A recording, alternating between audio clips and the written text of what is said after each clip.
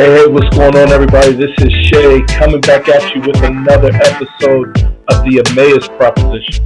Man, it's so good to be with you, man. So good to be on this platform, talking about the goodness of God, talking about how Jesus interacts with all of culture, all of life, any situations we find ourselves in, any situations we could point to in this world, whether it be science or culture, media, what have you, man. All of it is from Him, through Him, and to Him, man. And God is so good, man. Even in the midst of all the craziness that's going on in the world, and there's some crazy stuff happening, man. I was sitting here wondering, like, yo, what can I talk about on this week's episode? And man, the sky is the limit, man. The world is so flipping crazy right now. So we just had 4th of July, had a lot of fun, man. Set off some fireworks. Yo, them jokers. Yo, me and my buddy, we got some fireworks, and the kids were all impressed with the little sparklers and little joints, and they were having all kind of fun. And then we brought out the big ones we bought, and man, they start firing off, man. Thank God we live in like a little cul-de-sac. We were able to keep it somewhat safe because it was bigger than we were anticipating. But yo, we had a lot of fun, man. The kids, yo, hopefully they had some good memories. But yeah, man, all kind of stuff that we could talk about as far as what's going on in this world, and it's just gross, man, and evil, and all kind of evilness is coming out, and it's just not cute, man. Like whoever think this is cute right now, or whoever think that the world ain't just losing its mind is not paying attention. And so, as y'all can see by the title, the description for the episode, I know I've been talking about it for a while that I was going to cover it. And honestly, man, I don't really want to do a deep dive into it. One, because quite frankly, my employment still has something to say about the things that I say in public. So everything I say today is going to be my opinion only. It is not reflective of anybody I work for or anything like that. But what I am going to do, I'm going to talk about Christ and how Christ feels about this subject. So the subject that we're talking about today is politics. In particular, American politics. I can't get into the politics of other countries, man, because all of them have their little nuances and idiosyncrasies and particularities and all kind of stuff, man. I'm throwing out all kind of big words. Y'all watch out. But yeah, I can't speak on other people's politics, man. But I can talk on politics here at the home front, and really how bad it's gotten that we've taken these issues and we've just like politicized them, and we've allowed it to divide us, man. Stuff that honestly, quite honestly, should be common sense and used to be common sense as early as like when I was a kid. Some of this stuff was common sense. Like you just don't do particular stuff, right? Now that kind of stuff is just, it's everybody's divided on stuff that should be simple. So we're gonna go through some particular issues where I come down politically. I will give y'all a heads up right up front, man. I'm conservative, but I would not call myself a Republican. Nor could I call myself like a conservative Democrat or anything like that, man. I think the titles of those two systems of government have ceased to describe what it is that we're actually after. Quite honestly, I think what we're after right now is is uh, is law and order or lawlessness. Quite honestly, like we've gone from the majority of people being like in the middle of these kind of conversations, or at least they didn't have to be so like boisterous about them, to now, man, the political divide is like it's like a chasm between people. People can't be on the same side anymore, man. People are taking it to the nth degree. And if you've got a friend that thinks different politically than you got to run to your corner. You can't be friends with them no more. Like you can't have dinner. You can't share the same table. Y'all can't even have a conversation. And I had some friends, man, that we had a little group chat thing going on, video group chat thing, and man, I would sit and I would listen to their conversations, man, and I just disagreed with how they saw life, but I never really, I stick my foot in every now and then, and literally, like I felt like sometimes got my foot like bit off. Like they'd be like, "How could you think like that? You supposed to be black. You supposed to think like this." Rah rah rah rah.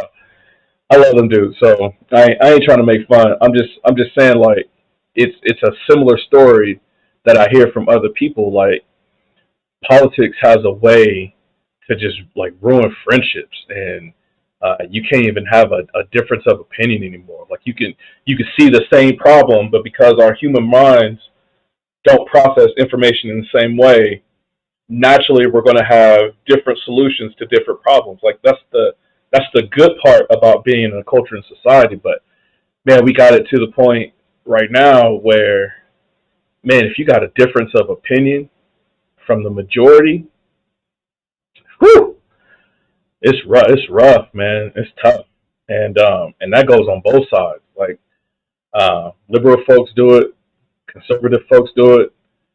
They call them people that are far past um, liberal. They call them progressives.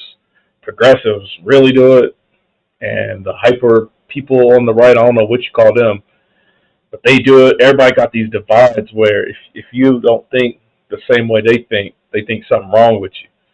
And so I just wanted to come through and really explore this topic of politics in a way, man, that is God honoring and Christ focused.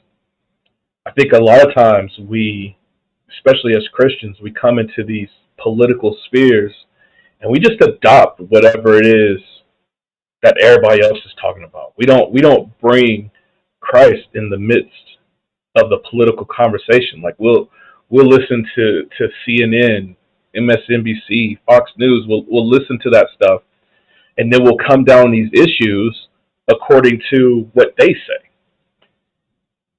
And may it never be, man. Like we are. Second Corinthians talks about how we're ambassadors of Christ. Like so, we belong to a different kingdom. We don't belong to this world. Our citizenship is in heaven. We have our own set of politics. We got our own set of culture.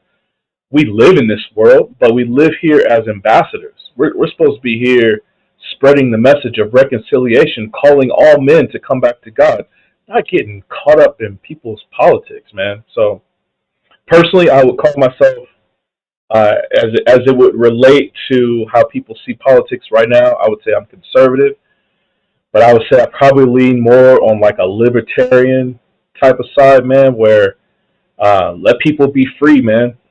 Let people be free. Like don't try to like pad the government with a bunch of stuff. Don't try to um, have all these regulations by like this select group of people who can vote themselves their own health care for life. And man, those folks do not live like normal folks do, and they kind of circulate their own little pool. And I don't think they care much about people, man, and the stuff they're going through. I don't think they understand like how their decision making processes affect people on the ground. You know what I'm saying? So I was like, that's the reason I feel like I'm more. If I had to describe it, be probably more of like a libertarian, uh, and allow people to have their freedoms, man. Let people protect their own homes. Well, obviously, if there's criminals and stuff like that, definitely have police and stuff, but definitely have a strong military. I'm jumping the gun, man. Let me get into some like I'm gonna get into some political like columns. I don't know a word for what I'm trying to say. I'm gonna get into like some like political points that I'm gonna just come down on it, let y'all know where I come down on some of those. Obviously, where I stand right now, because that's the beauty about being a human being. Like as you get older and you get more information, like you can learn and be different. If this stuff is not um, biblical and Orthodox Christ, like it's all open to get me to change my mind. You know what I'm saying? But as it stands right now, there's some stuff that's pretty like common sense to me, and I think it honors Christ uh, in the most in the most beneficial. It honors Christ the biggest way I can. I'll say it like that. So let me go through some of these points.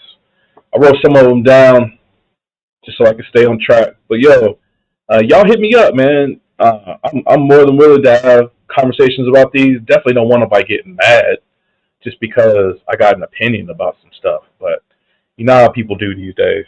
So um, y'all hit me up if y'all want to talk about some of this stuff.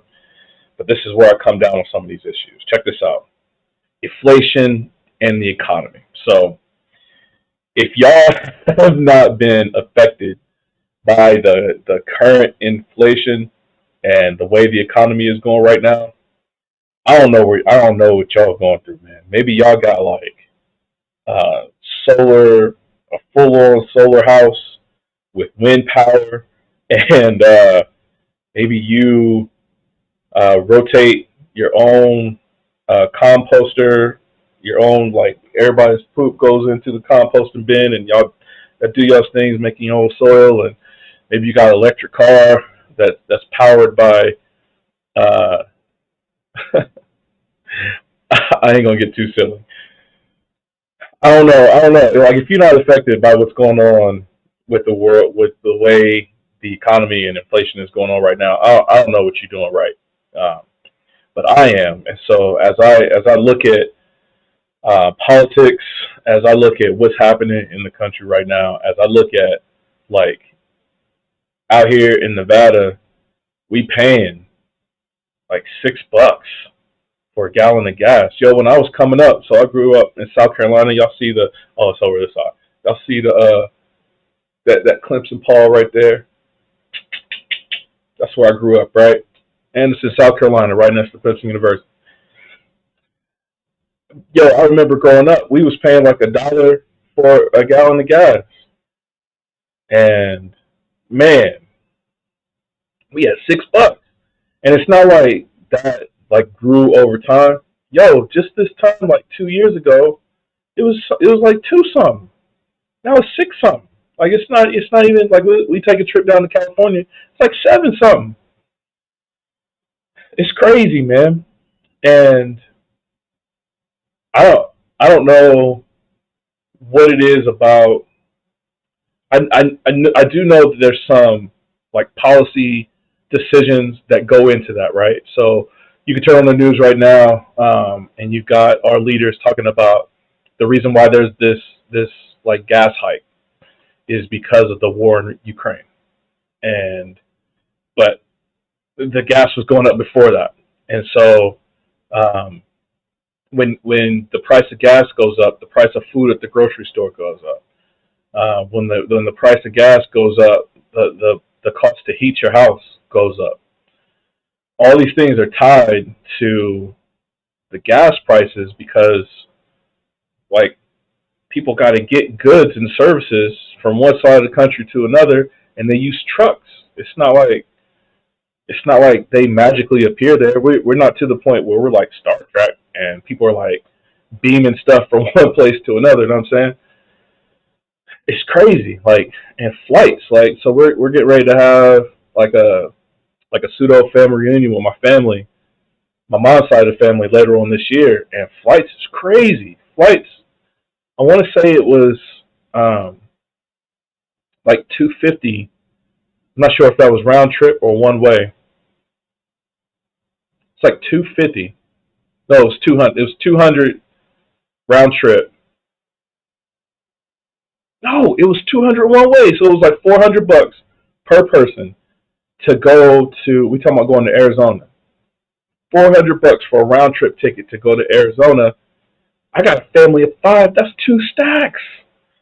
It's two stacks for me to go visit my family, and that ain't even like once we get there, having to like mill around town, get food, all that kind of stuff. You know what I'm saying? So like the cost of gas is like if we don't have some kind of policies in place where there's a diversity of different types of energy, then yeah, like companies are going to get a monopoly because they know like when everybody has to come to just one source to get their stuff, then you can raise the price how you want to. That's what a monopoly is. Everybody played Monopoly as a kid. I don't know why this is like. That's what I'm talking about.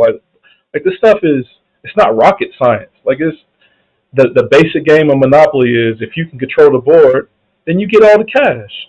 And so when you got a multitude of players and everybody's diversifying, like I get money over here, you get money over here, and you give me the horseshoe, I'll give you the dog. Like no, but we forgot for some reason we forget, man. And so when you've got policies that say no, we're going to get rid of that type of energy source, and we're going to strictly go toward this other one.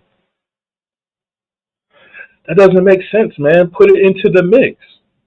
Put it into the mix, and then you can start to diversify. And then when the market sees that this one, like people are gravitating towards something else, then the market adjusts, and then like the supply and demand, all that kind of stuff works itself out. Man, it's not hard, man. But for some reason, like we're paying $6 a gallon, and it's crazy.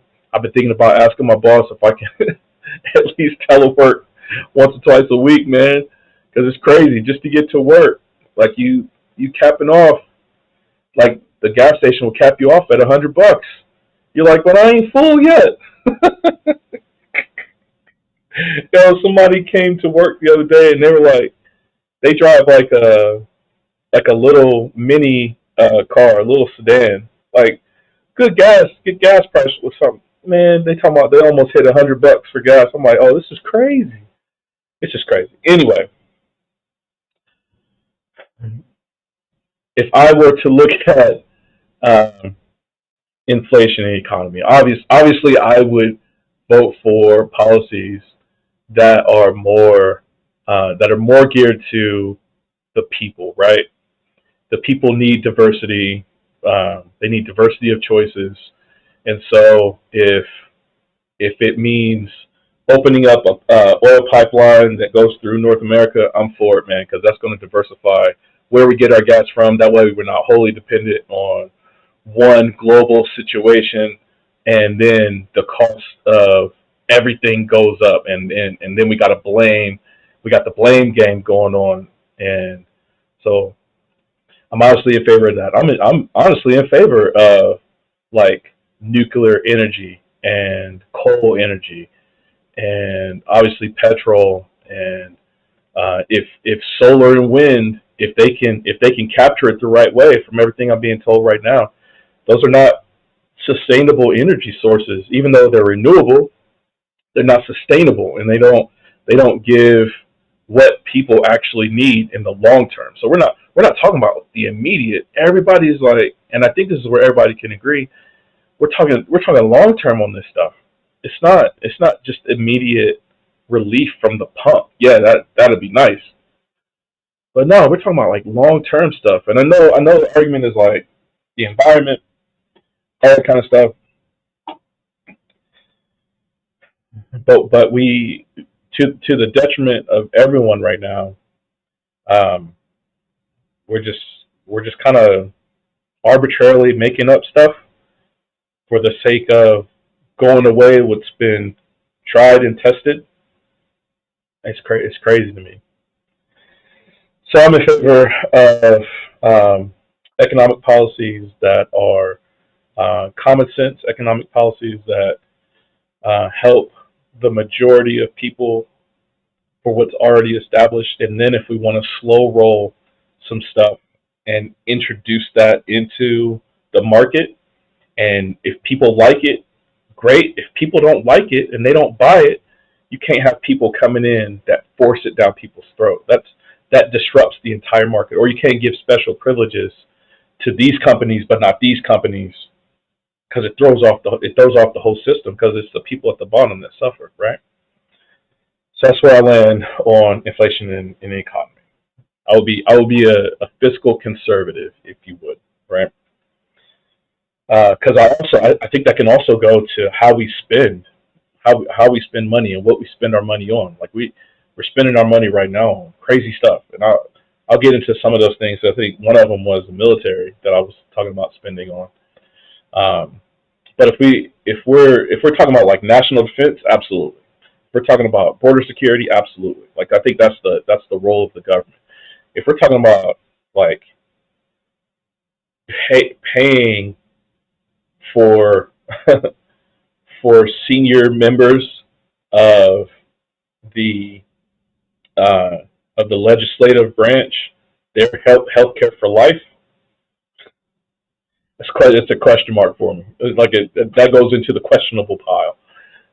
And there's some other stuff in there, stuff that we should not be spending. Like people shouldn't be forced to spend tax money on stuff that's not benefiting them. It should benefit the whole. So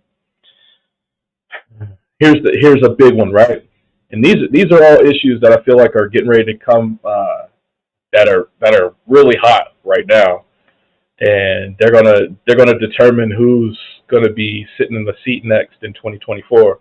And so this next one is abortion. And I would be conservative in my thinking on that. Matter of fact, I would say, I would go as far as to say this issue, this abortion issue, is is not only a grotesque opinion on one side, but on the other side, too liberally handled. So I think people that are, they say pro-choice, but when you ask them what the choice is, like what are you choosing, the whole argument centers around abortion. So I'm not sure, like people try to separate the issue and say, well, I'm pro-choice, but I'm not pro-abortion. And like I don't get that argument. Like I don't, linguistically, as we talk about pro-choice, what's being discussed is the topic of abortion. So we can try to like play these word games, but they don't work. And so those folks that are on the abortion side, I think that is a it's a disgusting thing, man. Quite honestly, like so we're talking about, we're playing in definitions of human life. And as a black dude living in this country, whose forefathers went through a phase where we were valued as less than human, we'll call that racism.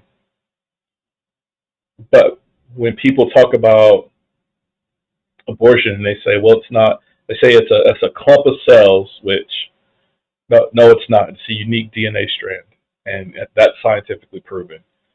But then they'll say it's a clump of cells, or they'll say it's a fetus, which is Latin for baby human, I think. Like there's no way around it. You can't get around the topic. We could try to play these linguistic games, but what we're talking about is ending a human life. And the intentional ending of a human life, if it was in a court of law, would be murder. So if a dude went through and kicked a woman in the stomach that was pregnant, and it caused an abortion of the baby, that dude would be liable, I think, for manslaughter. I'd have to check my legal definitions, but he's getting in trouble. It's not like nobody's going to say anything to him. In his crime. Yes, it was against the mother, but that's not the charge of manslaughter. The charge of manslaughter was against that human life that was now aborted. If someone is in a automobile accident and they were drunk driving and they kill a pregnant woman, they could, and the woman dies and her baby dies that's in the womb, that person could be charged with a double homicide. Why? Because the court recognizes life, and that's life. So like these linguistic games. Like I don't get them, and I never have gotten them. Like my mom was 15 when she had me. My dad was 16, and very easily, if she was living now, like if she was 15 now, culture would have told her it's probably best to have an abortion. And yo, so glad, so glad my mom grew up in a different time. So glad that the Supreme Court pushed that off of a federal level and sent it back to the states. I don't. I'm still not happy that some states are like digging in. Like, just read this thing about California today. They're talking about they're trying to pass a bill where the mother's protected up to like 7 days after the baby is born, that she can neglect the child and not get in trouble. So she can neglect the child for 7 days, and if it dies, she can't get in trouble. That's crazy. So now we move from first trimester. People weren't happy with that. We moved to second trimester. People weren't happy with that. We moved to third trimester, and they still not happy. And so now we're up to killing a baby after they're born. This issue of abortion, man, I think this is one of those ones. Uh, Not that it's the only issue, but man, we're talking about legalized murder in our country, and we're talking about people that are the most vulnerable. Name me somebody that is more vulnerable than a person living inside of a womb. They're completely dependent on the mother. Like if she smokes, they are affected for life sometimes. If the mom drinks, FAS for life. There's no getting around it. There's no amount of medication or anything can be done. Drugs, they're affected almost dang near for life sometimes. Nutrition. If the mother gets too upset as she's with like her husband or boyfriend or whatever have you, they get too upset with each other and they're yelling at each other. The baby is affected by that. Name me somebody that's more vulnerable than a person in the womb. And that's not to say like that's the last time you care for a human life. No, it's womb to the tomb. Like you got to care for people, but that baby wasn't put there by its own choice because of someone else's actions. That baby was put there, but you can't blame the baby. Like you can't punish the baby and take the baby's life because somebody else is screwy. That's crazy. You can't punish the baby for the sins of the father or the mother. You can't do that. Plus, right? This is the Imago Dei, man. This is the image of God. This is life. This is what God has. This is what God has put in this world, man. And we get a chance to just snuff it out because of nine times out of 10 convenience, because they're not ready. They're ready to go. They're ready to go play Big Trouble Little China off in the streets. But they ain't ready. They ain't ready to deal with the consequences, man. That's trash. Anyway, I would come down on the side of doing everything we can to protect life in the womb, and I think hopefully we're heading in the right direction with that one. And yeah, I hope we go further, man. I hope we deem it as murder. And people are like, people when I say stuff like that, people say you can't classify it as murder. But yo, if let's say I forget who it was, but there was a woman that her husband was cheating on her, and so she hired a hitman to go take him out. And the court charged her with conspiracy of murder because you can't hire a professional to take someone else's life.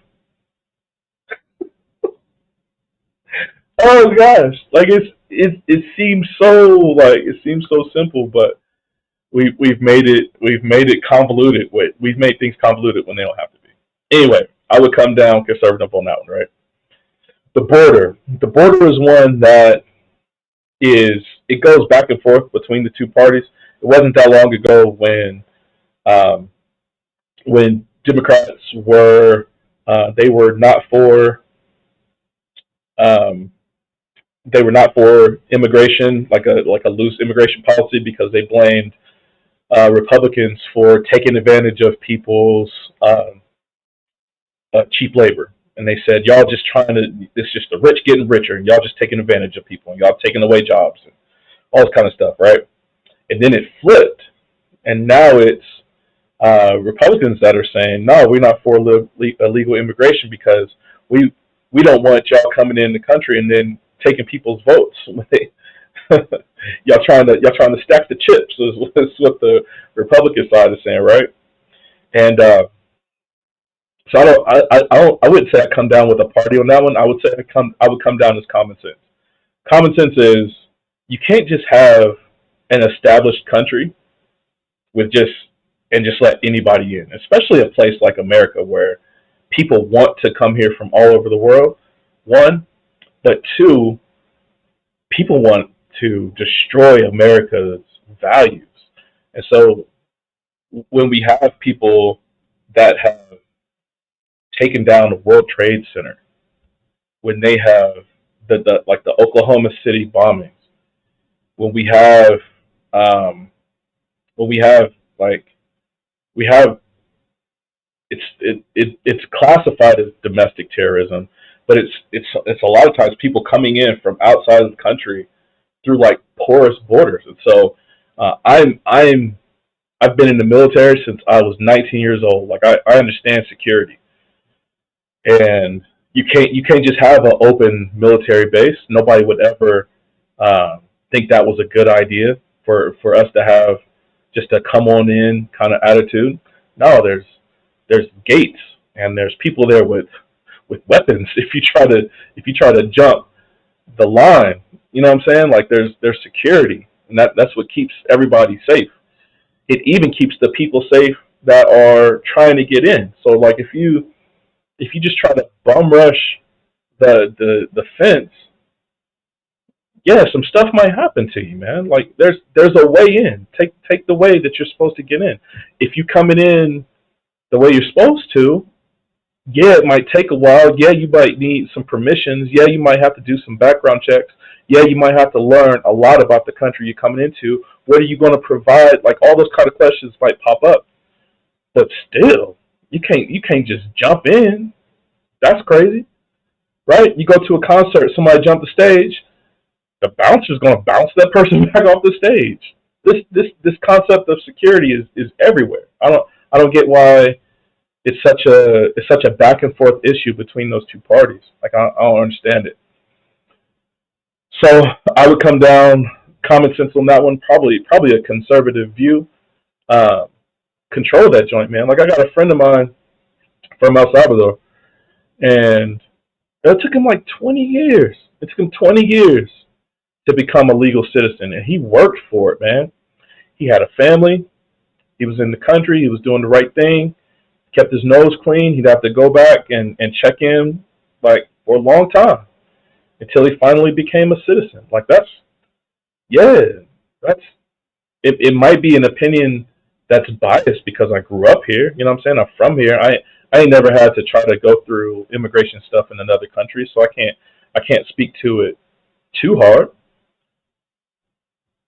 But shoot, if I was to go off to uh like Belize or something like that, there would be no expectation that I could just go and post up and think one nobody gonna say nothing to me. That's crazy. That's crazy. That's Looney Tunes. Um, Education and identity. Yo, this is wild. So we have gotten to a point in our country where like things are nuts, man. So y'all heard me on here talking about like Disney, all the stuff that they're going through. Um, and for the most part, man, it really hit the fan when Disney went through their stuff with the state of Florida. Florida tried to introduce the parental rights bill.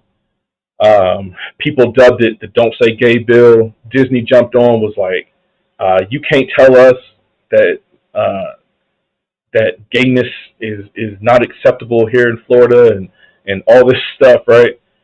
And really, what it was doing, it was keeping parents informed of when their children were learning sexually explicit material. And so the bill was talking about, yeah, we don't think, uh, I want to say it's like uh, kindergarten through second grade or something, or third grade or something like that. Everybody should be like, yeah, no, that's too young for kids to know about sex. And people got mad. People got mad, and it has come to a head. It's coming to a head that the last, I want to say, like the last 15, 20 years, where like you had the folks off in Colorado that were like, we don't want to bake a cake for a gay wedding. Like that's our right to choose who we give our business to. And people sued them, took it to the Supreme Court. Um, you had all kind of laws that went down, like over in California, where um, you can't discriminate based on a person's um, sexual identity or gender identity. And then that went into like equal opportunity, especially in the military. Like um, gender identity is now one of the protected classes. And so it's been a slow march over time, and now we're at a point where, yo, let me say it like this: a few years back, there was a TED talk, and this lady went on TED talk and was talking about how we should stop using the term pedophilia because it shames the person who's just, they're youth attracted, or however she put it. They're youth attracted, so they're not pedophiles. They're just youth attracted, and and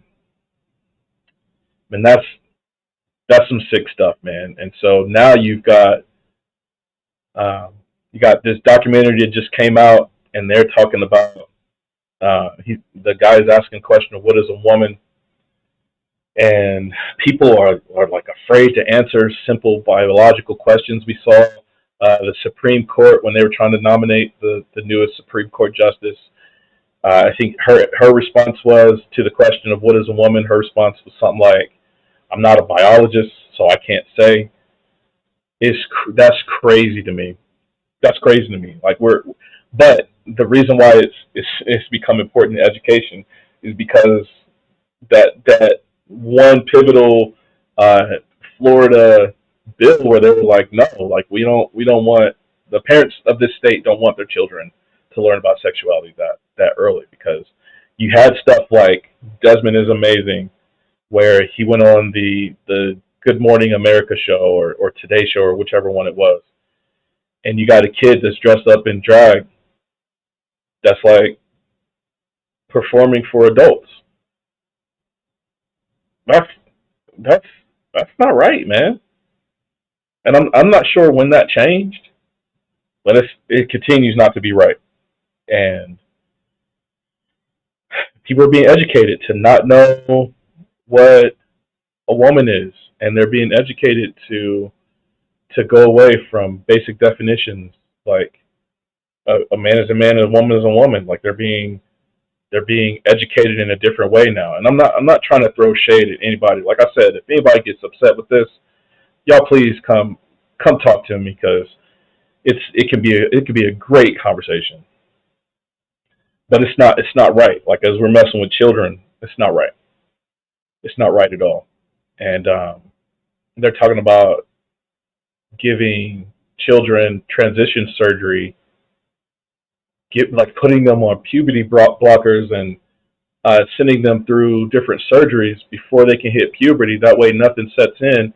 Not under, not not based on any kind of scientific study, because I don't even think a long term scientific study has ever been done for the long term effects of some of these puberty blockers and all kind of stuff. Like, and I think some of the drugs that they give people are the same ones they use to chemically castrate like pedophiles in prison.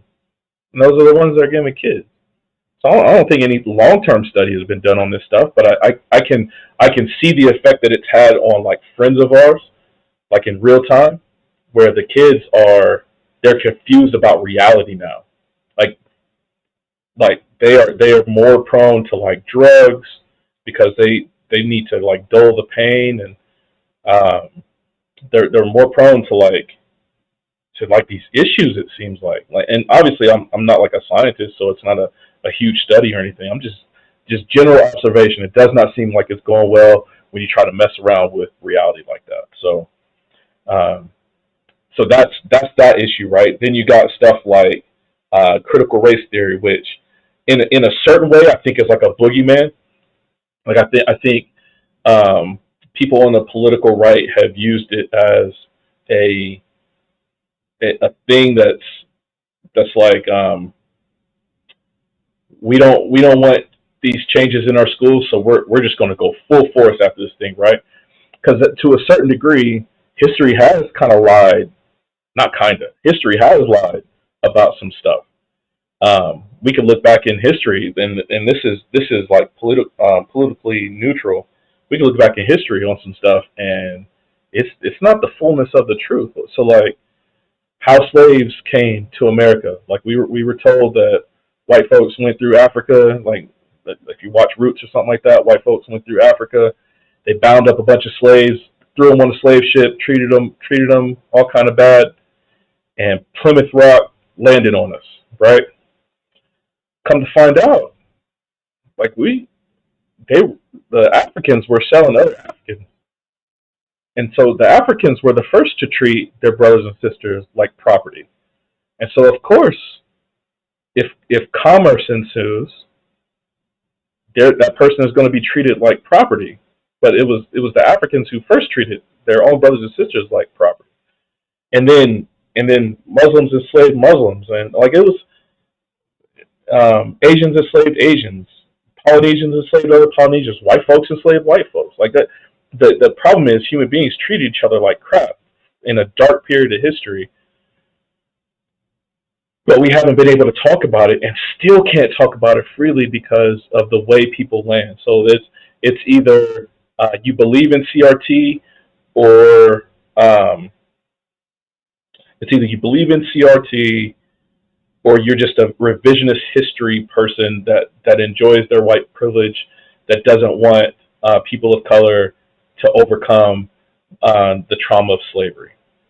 Or you're against CRT, and you just want to ignore the fact that history wasn't accurately maintained, and that people have a desire to understand their history so that they can understand where they are now, so that they can advance beyond where they feel like they're stuck.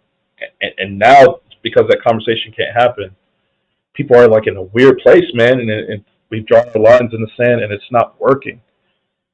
And so that one is probably like what we teach in schools. I think there should be an allowance for theories in college. I think that's where your brain is able to like digest that information and the concepts that it's teaching, but you still have what you want to hang on to when you're starting to teach critical race theory to elementary school kids. I think that's a foul. I think that's a foul. I think you should not be doing that. Also, I don't think you should be teaching kids sexual ed in elementary school.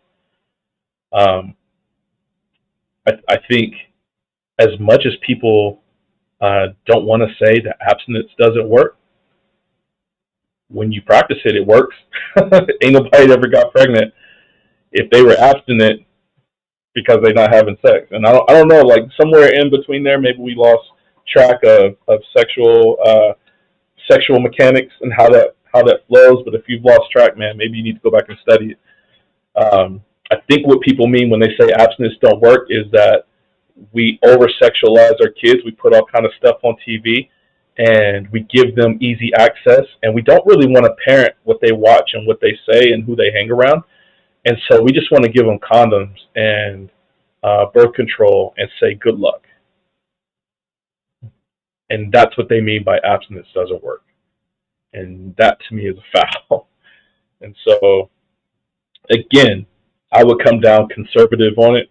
I think that's conservative. I think with the CRT thing, man, we have to be cognizant of what we're teaching our kids and when. I don't think I don't think the current method of the way they're pushing this like white guilt thing. I don't think that's helpful for anybody. I don't think it's helpful for black folks for a bunch of white people to be walking around with white guilt and all this stuff that's happening right now. I don't think it works. Number one, it makes it seem like you have some kind of privilege over me that I haven't been able to enjoy, or like you have access to something that I don't have access to, and so poor me, I don't have what you have, and I need to feel bad about myself, and I need you to stand up and fight for me. I just it doesn't work. It doesn't work. How about we treat each other and give everyone the same opportunity to succeed, and those who put in the hard work to succeed, that the cream will start to rise to the top. And I think that's probably the way it should work best, right? Remove obstacles. Like if there's stuff in the way that there's some systems in place that keep people from reaching their maximum potential. So like if I live in a poor neighborhood and I got a poor school system and my teacher doesn't care about me, give me the opportunity to go to a good school so that I can succeed. Let me go to a private school that I can succeed and I can make something of my life. That way my cream can rise to the top. How about that? Constitution. We are in a fight right now where we're talking about the First and Second Amendments, right? So the First Amendment conversation I think, is under attack right now. Not the right to freedom of speech, because I think you have social platforms where people have taken full advantage of the right freedom of speech. But what's under attack right now is the right to religious expression, and I'm seeing it in my position right here in the military that people they're saying, yeah, there's other things that are more important than your religious expression. And man, if y'all have never read the history of this country, matter of fact, y'all should go back and read the Constitution. If it's been a while since you've gone and read the Constitution, maybe you should. I think everybody should read the Constitution at least once a year to remind yourself of what your inalienable rights are. It's not that the government allows you to have rights. You have inalienable rights given to you by God, and the government cannot infringe upon those rights. That's the way the Constitution is set up. So you have a right, the way the country was founded, you have a right to worship the way you want to. Obviously, being a Christian, that means I have to swallow a little bit of cud every now and then, because I want everybody to know Christ. I'm not ashamed to say that. I would wish that everybody was like I am, knowing and loving Christ. But I know that not everybody's going to do that. But I want them to have the freedom to exercise their religious rights the way they want to, as long as you ain't child sacrificing, which is another argument against abortion I have. I think it's a model, the demonic spirit that was behind child sacrifice back in the land of Canaan, when God said, I'm sick of the Canaanites. They disgust me. That same spirit that was behind people doing human sacrifice back then, I think is running rampant right now in this abortion conversation. And I think that's why there's such a passion for it from people that are like super pro-abortion. They're like rioting in the streets because they want to kill their babies. And they're talking about, oh my gosh, like some of the stuff I've seen has been crazy. Anyway, right to religious expression. It's an inalienable right. It's not to be infringed upon by our government system. That's the way it's supposed to be, right? And then the Second Amendment is the same way. Like we've gotten so riled up, and because we've relied on science and not God, right? Like we're starting to go away from the knowledge of God, and the fear of God, and the love of God, because we're starting to go away from that thing we've relied on science instead, and so we try to science ourselves into morality, and it's not working. So for the Second Amendment, like you've got people that are like, well, if we just ban automatic weapons, that'll fix the problem. That happened like back in the '90s. I want to say that didn't fix the problem. Then they're like, well, let's ban semi-automatic weapons, which a semi-automatic weapon is just it's a single shot weapon, and you just got to pull the trigger. Like it's an automatic loader. It's not like a bolt action rifle. That's what's meant by semi-automatic, right? They say maybe if we ban semi-automatic weapons, that'll fix the problem. Y'all, it's not going to fix the problem. Canada just recently said even handguns, we're banning handguns. Y'all, it's not going to fix the problem. There was folks over in France, I want to say, and this isn't me diving into their politics, just as an example. There was a dude over in France that grabbed, I want to say, like a hatchet or something like that, and was hatcheting people out in the street. Mass murder with a hatchet. It's not fixing the problem. The problem is human depravity. The problem is evil. But since we've clung so hard to science, we're not able to call evil evil. We're not able to deal with the issue of evil because science can't deal with evil. God can deal with evil, but since we're trying to write God off, we can't look to him for a solution. So there's that problem, right? And I, man, not that I can guarantee it, but we'll probably follow Canada's lead. There'll be some states that will probably go that way. But if you notice, the states that have the most restrictive gun laws, which they're not supposed to do because the Constitution says that you can't infringe upon that right, the places with the most restrictive gun laws are seeing the most gun violence.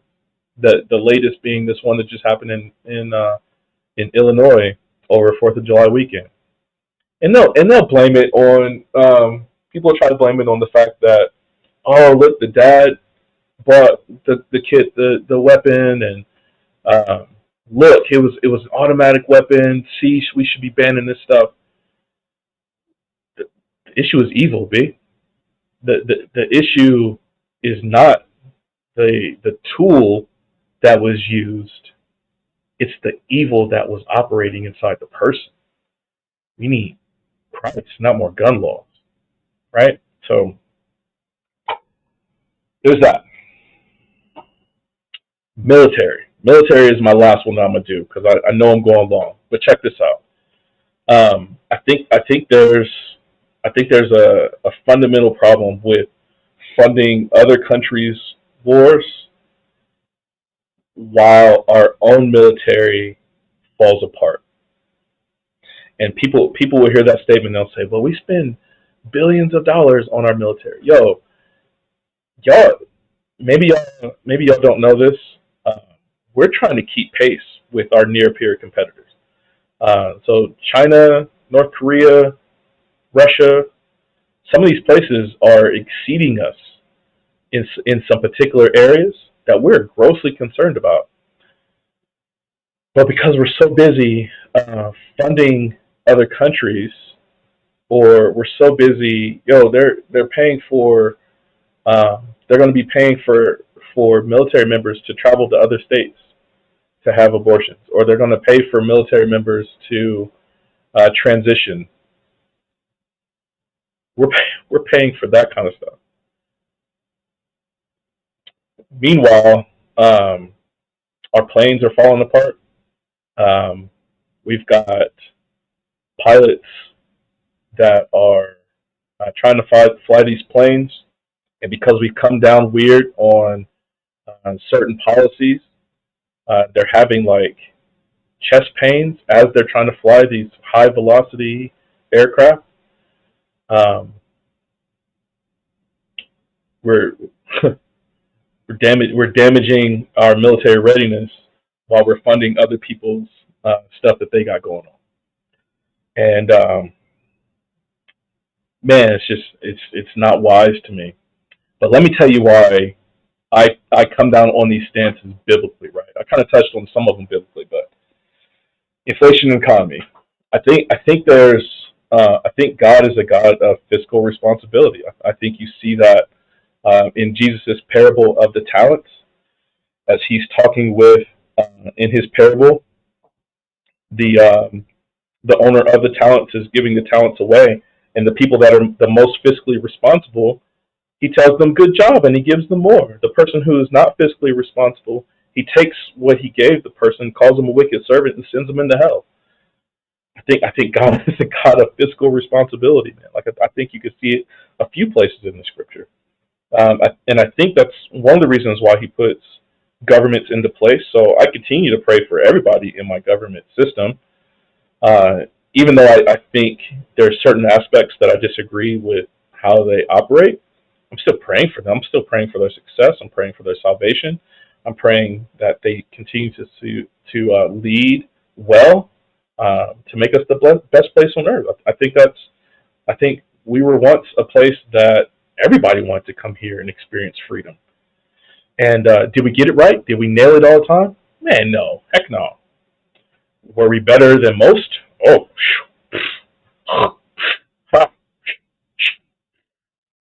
absolutely, hands down. And I think the reason why we had that is because God's blessing was upon us. And now as we're starting to tell God to go away somewhere, to go off in the corner somewhere, I think we're starting to see less of God's blessings. Abortion.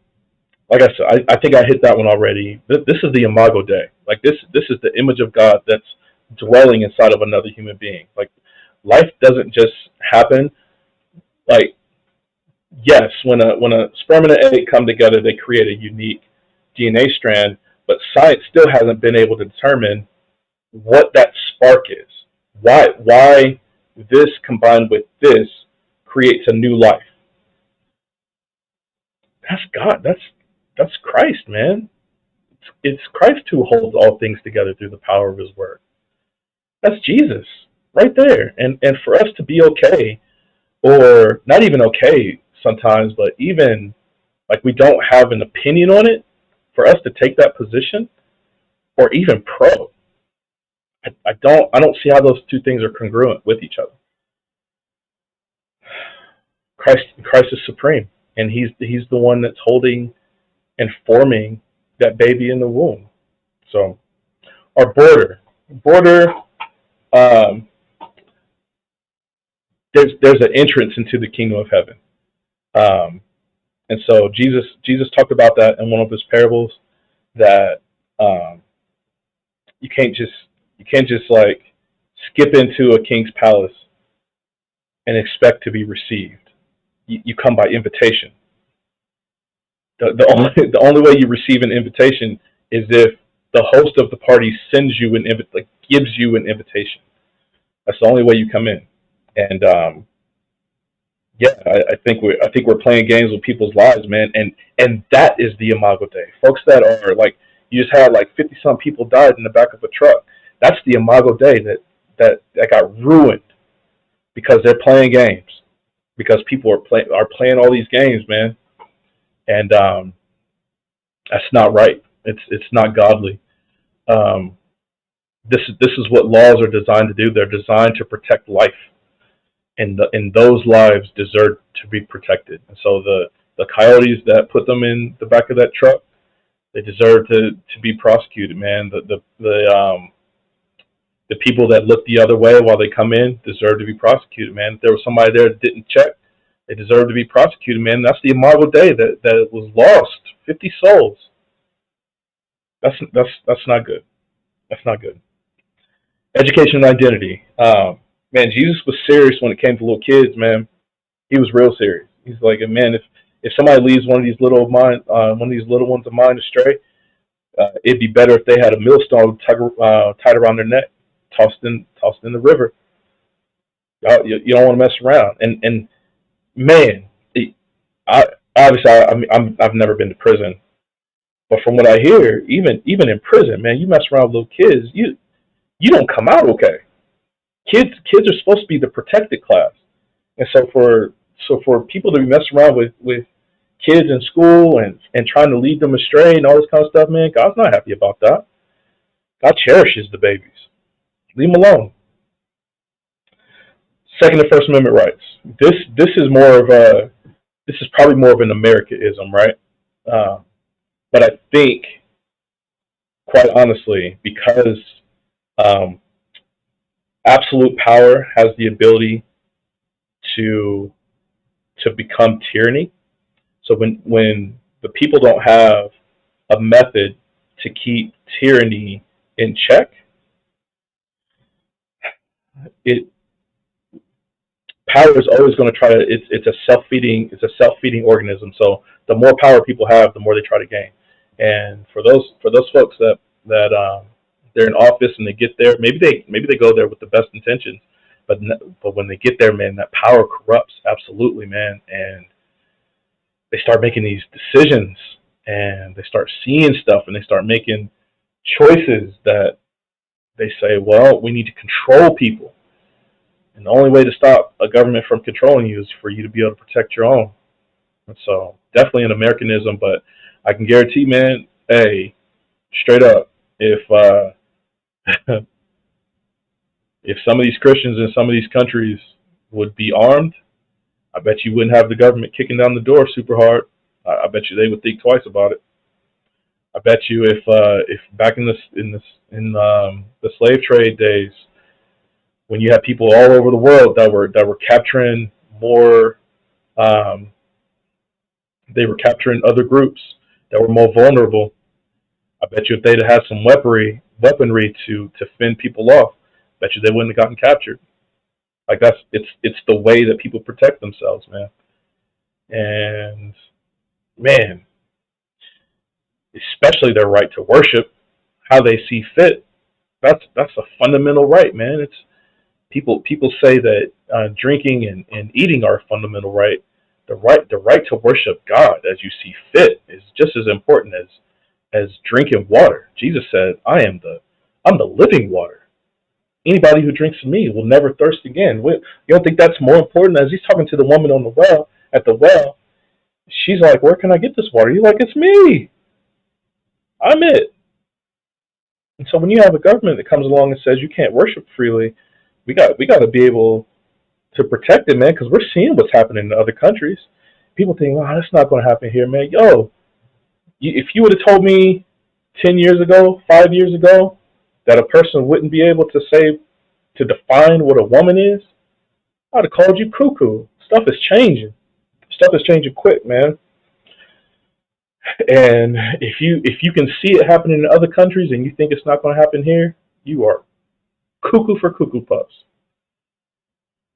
And then the military. I am obviously I'm biased on this because of my role and my position. Uh, there's God has afforded um, the people in this world to have governments. The governments in this world, they use the military. I wish they didn't use it for political reasons. Often they do. But quite honestly, man, especially in the position that America has been in up until this point in history, um, we were helping bring a knowledge of God into certain places, man. Like there were some places, man, where they were it was just straight evil, and we would show up on the scene to places like Normandy or some places in Southeast Asia, and people were like, "Thank God you're here. We we needed we needed salvation, and God provided." And um, yeah, man, the military is important, man, and I think God has used the military for some really good things. I think the military has done some very bad things. But what do you expect from an institution whose king is the prince of the power of the air? And so we try as much as we can to bring Christ into every situation. Like I said earlier, we are ambassadors of Christ, and we're pleading in every sphere we go into, return to God, be reconciled. confess your sins, come back to Christ. Everywhere we go, to include the military, like we have that message. And I've seen it. I've seen people reconciled with God in my time here. I've seen people like completely against it and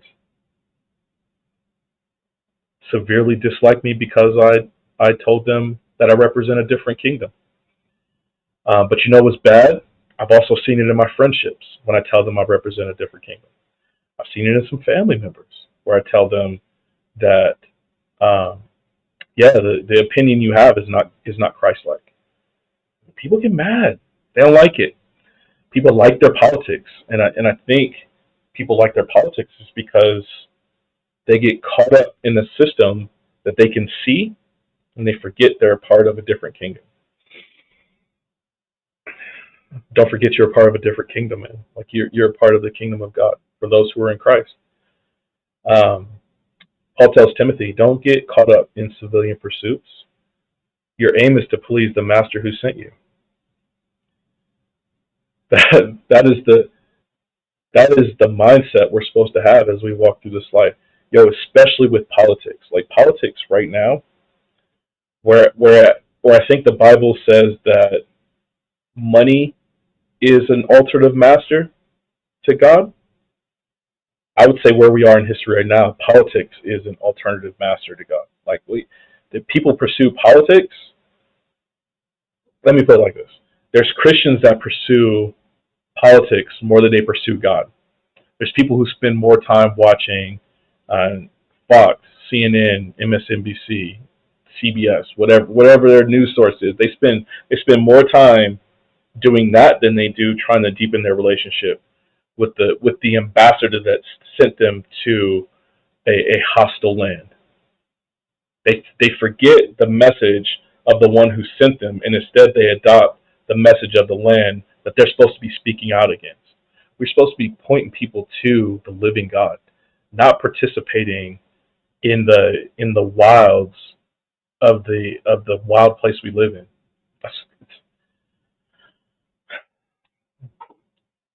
Sometimes we get short sighted, and thank the Lord. Thank the Lord for Christ, who came and as Hebrews talks about, knows our weaknesses, is not caught off guard by what we fall short in, but in every way has been tempted just as we are, yet was without sin. So we can approach the throne of grace with confidence. We receive mercy and find grace to help us in our time of need. That's the God we serve. As Jesus is Lord, came to this earth and put himself through, like Jesus wasn't caught off guard by politics. When they tried to check him on the issue of taxes, right? They flipped Jesus a coin, and he says, whose inscription is on it? They're like, Caesar's. He's like, yo, give to Caesar what's Caesar's, but give to God what's God's. My kingdom ain't got nothing to do with Caesar. I put Caesar in play. He's my pawn. That's what Jesus would say, right? He's my pawn. I run this. Give me what's mine. I I don't care if you give away your taxes. I want your soul. We can't get caught up in politics. And when we do, if we do see the world from a political lens, we have to land with Christ. We have to. And check game. If everything you agree to is perfectly aligned with one side or the other, like if you can't see the other person's side, that political opponent over there, then you have put your politics before your God. Your God is probably your political party. Your God is probably your political party. And it's a dangerous place to be, man. And there's a syncretism that happens, right? So there's now the right has been dubbed the evangelical right, where as people are talking about, like, this is what God would have wanted. This is Christ. This is how we see Christ. We think Christ would have came down on these issues. The people on the other side say, ill yucky is what they say. And then you got people that are on the opposite side, and they're like, I hear what God has to say, but I'm living in the earth right now, and we need solutions to these problems right now. And so, what good is it to save a person's soul if you can't feed them? I don't think that's a godly position to come down on, man. Uh, Jesus would have come down. He said, if your eye is causing you to sin, pluck that joint out. It's better to enter heaven with one with one eye. It's better to enter into heaven with one eye than to writhe in hell. If your hand is causing you to sin, cut that joint off. I'd rather you march into heaven singing praise with one hand, like getting it, than to go into hell. Jesus was concerned with the person's soul, man, primarily. Yes, he said to feed them and clothe them, and he said for those who don't, for those who didn't do it for the least of these, they get sent to hell too. So I'm not saying don't care for people. And this is where we have to understand what both sides of those conversations are. That's why we can't get ingrained into one side or the other, because we have to be able to see both sides and proclaim the gospel to both groups. We have to. You can't just primarily be a Republican pastor. You can't do that. You can't primarily be a Democratic pastor. You can't do that. You have to be able to point out the shortfalls on both sides, because God is not concerned about our politics. God's kingdom is going to supplant ours one day. It's going to burn these things away. He's going to supplant it with his own government, and the government will be on his shoulders, Christ's shoulders, and everything. When you look at the book of Revelation, there's no more tears, there's no more sadness. All the stuff we're trying to accomplish with our politics, Christ does with a snap of his fingers. We need to point people to Christ and not these political parties. We need to stop coming down so hard on some of these things unless God is completely against them. But you got to be able to understand where God is coming down. Read your Bibles, is what I would say. Come down these things. And yo, if I'm wrong, praise God, man. At least I'm learning. Y'all come holler at your boy if I'm wrong, because I would love to chop it up and hear why abortion is not murder. I would love to hear a rationale of why God is okay with the killing of a newborn. Not a newborn. A person in stage 1 of life. They can't even make it past stage 1. I would love to hear a biblical conversation on why that's okay. I would love to hear a biblical conversation on just allowing like a loose border. I would love to hear a good biblical conversation on why. So I'm not a pacifist, as y'all can probably tell. But I would love to have an in-depth conversation about how pacifism was the way of Christ, and how we should just give up our weapons to a government who may one day turn into tyrants. We have no idea. We don't know what the future holds. I would love to have a conversation like that. And I do understand, like, the way history has gone, man, the blood of the saints is the seed of the church. And so in a real way, not having a Second Amendment right would help Christianity thrive in a way. I don't think I want to like advocate for that. I don't want to advocate for that. That's crazy. But what are your political issues? What is it that you see that's going on in this world? How are you seeing Christ in the midst of it? As Jesus was walking on his way to Emmaus and he's chopping it up with his disciples, maybe one of his conversations was politics, and he was chopping it up like, yo, I don't want y'all to get too deep into it, man. I want y'all to be able to pray for both or all, because they're going to get wrapped up and they're going to think that their ways are better, and they have to know that their ways are not going to work. Only the way, the truth, and the life. Only his way is going to work. Only Jesus' way is going to work. I like to think that was a conversation he's having. What conversation do you think he was having about politics? Where do you think I'm wrong? I'm okay with that. Y'all hit me up and let me know. I love having these conversations, man. This has been a fun one, a long one, And there's so much more to say, man. Like I could have gone on for another few subjects, but I'm gonna stop it, and I'm gonna wait for some more conversations. I'm gonna have Sean back on, who is pretty much an anarchist. He's pretty much an anarchist, and we like to have some back and forth with politics. And Seth is the same way. I haven't had Seth on yet. I'm looking forward to having Seth on, man, because the Drinklings, y'all don't even know. The Drinklings are about to take the world by storm, man. Mass media from the Drinklings.